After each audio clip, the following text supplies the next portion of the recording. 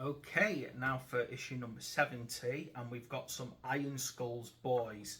Now, when I originally saw these, I thought they were just regular troop types, but they're actually, by the look of it, a named characters mob.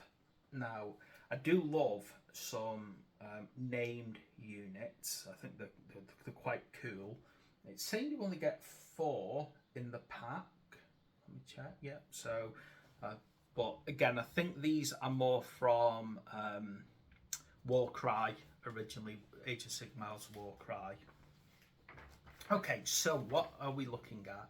So there is more lore on death, and in particular Nagash, the Great Necromancer, who is, without a doubt, a massively important character both in the Age of Sigmar and the Old World. He is, in the Age of Sigmar, the embodiment of death, the god of death. Whereas on the Old World, he was just very, very powerful at the time, and obviously over time, he has become, godlike, basically. Nagash, Supreme Lord of the Undead, the Great Necromancer, he is just amazing. I love him.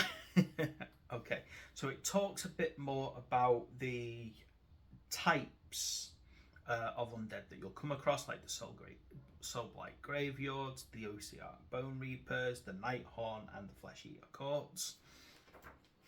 All of which, again, are part of the Grand Alliance of Death. Okay, Iron Skull's boys. So, Iron Skull's boys are a band of particularly brutally nasty Ironjaw Orruks. They're undisputed meanness sees them charging headlong into battle. So yeah, we got a very specific name set. They are very heavily armoured as well, which I quite like. And I'm going to go on to the miniatures in a second, but I've noticed a couple of things about them that are, I think really cool. Okay, as always, how to build them. Gerzag Iron Skull and his favourite choppers, apparently. We've got Bone Cutter, Hacker, and Basher, so they're all a set of very clearly named characters. What else have we got here? So we've got how to paint them, obviously, which we need to know how to do. Again, yellow. I just don't like yellow armour on Hawks. I'm sorry, I don't like it. I'm just never going to paint these guys yellow.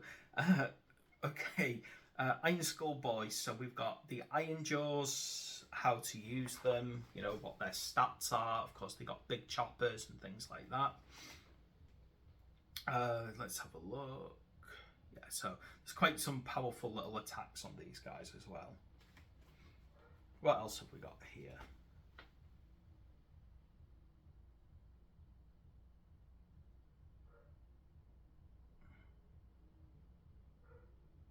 Oh, cool. So they got like a double saving throw. So they can save normally, and then they've got an additional save type, which makes them even worse.